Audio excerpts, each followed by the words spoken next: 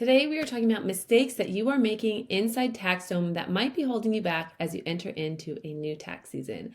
Hello, my name is Katie Toscano, and I am the co-founder of Cabot Maine and the FutureProof Accountant, where we help accounting professionals streamline their operations and workflows, specifically using TaxDome. So today we're talking about what those mistakes are, but more specifically what you can do about it, because we want to make sure that you are being action-oriented and taking care of this.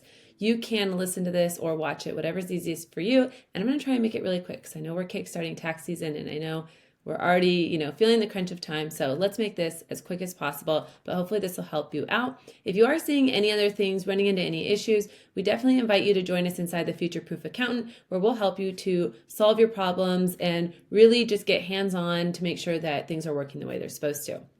So mistake number one, let's dive on in. Not streamlining where you can.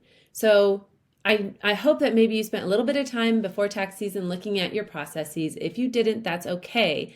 But if your process is overly complicated, you might be losing out on some of the efficiencies, and it might be harder to just manage in the day-to-day as you're trying to work with clients and your team. So quick action, streamline your process where you can, customize where you have to. So if you can keep things simple for now, maybe even if you have really complicated things, maybe it's time to put a pause on those. Streamline as much as you can. Again, customize using those tags, those conditions where you need to, but really just simplify. Especially if you're new, just keep it simple. You can always build in that customization, any complication later.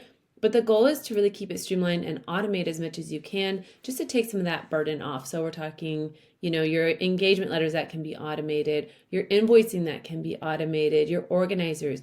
Just getting some of those basics will help you. And again, you can further customize later. So your action right now, streamline where you can and customize where you have to. Okay, mistake number two, not making ownership part of the process. So if ownership isn't clear inside TaxDome, your team's going to be wondering, what am I supposed to be doing right now? I don't really understand. Things are feeling confusing. There's no one assigned to things. And it's going to be frustrating for you as a firm owner to keep track of everything. So your action owner is to add in task owners to your templates. You can utilize the roles that are built into TaxDome. You can also add individual team member people and assign them inside the templates. So if you do it inside the templates, then when those templates come into your pipeline, they're automatically going to be assigning either to a role or to an individual without you needing to go in and do it. This also helps you to oversee your tasks with a better view into who's doing what.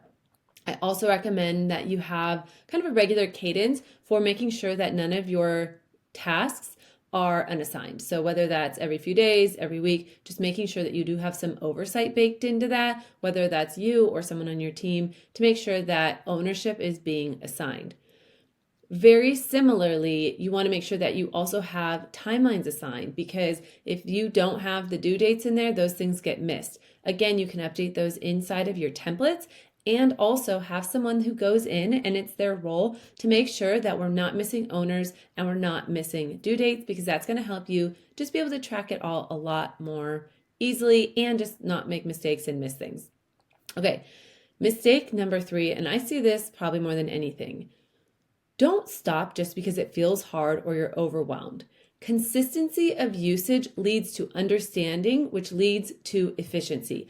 I know that when things are new, one, it is a little bit slower. That slowness will pick up over time, but you have to kind of go through it in order to get to the other side.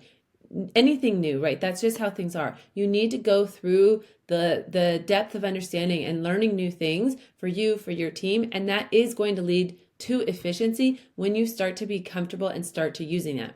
If you stop everything just because it feels hard the first week or the second week, you're missing out. You're missing out on all that value that you could have if you just continue using it.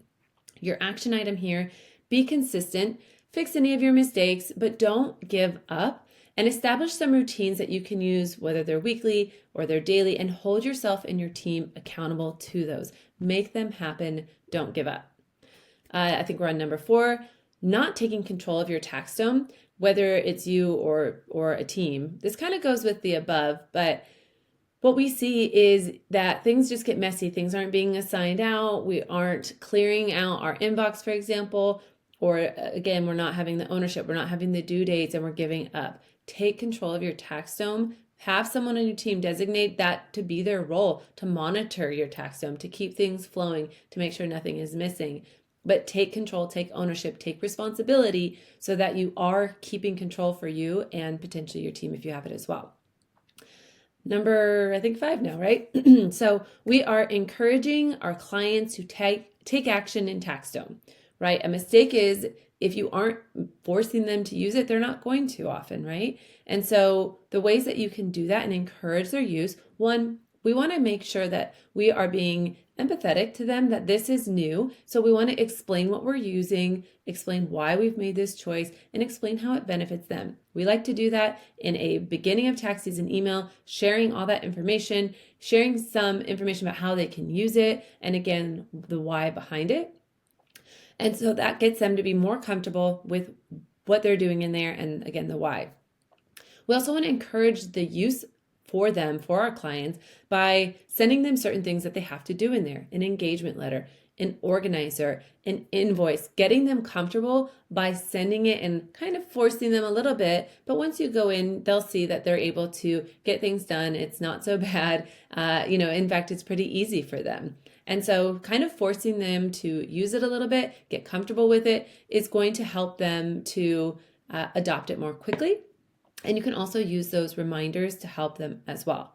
You do want to avoid overcomplicating, over communicating so that they're getting 10 million notifications. That's going to turn them off real fast to using it. So we want to be deliberate and we want to encourage the use, but we don't want to overdo it either. So we talked about making sure that you're not making the following mistakes. You are not streamlining. You are not adding in ownership. You are stopping because it feels hard, not taking control of your TaxDome, or not encouraging your clients to use it. It does take action in order to be able to make this the best that it can be, right? Like, we're not robots. We're not here to just set something up and put our hands in the air and say, okay, now go work. It doesn't work that way, right? Like, we use automation, we use these tools to make our lives easier, but also to free our time up so that we can better serve our clients and better work with our team as well. And so don't get into that frame of mind where automation means you don't have to do anything. That's not the way that it's supposed to work, right? You are there to take action, make sure this is working, make sure it's getting better. You're improving things for your clients and your team. You're doing things that are going to improve the way that your business runs. We're not throwing our hands in the air. We're not being robots. We're here to add value and make sure that we're taking that ownership on for what our role is and what we want this to look like. And we're not giving up really quickly because it might feel hard in the beginning. If you do want additional support this tax season, like real hands-on problem-solving support, we do invite you to join us inside the FutureProof Accountant, where we will provide that hands-on support for you, help you troubleshoot, help you streamline things, give you live training, live support, all the things that you need during tax season. And once you're past tax season and you want to start building things out, we're here for you for that as well. You can learn more at cabotandmain.com. And if there's anything else that you want to get a quick training on, let us know. We'd be happy to create one video or a podcast episode to help you get what you need out of this. With that, I hope that you've learned something today, and good luck this tax season.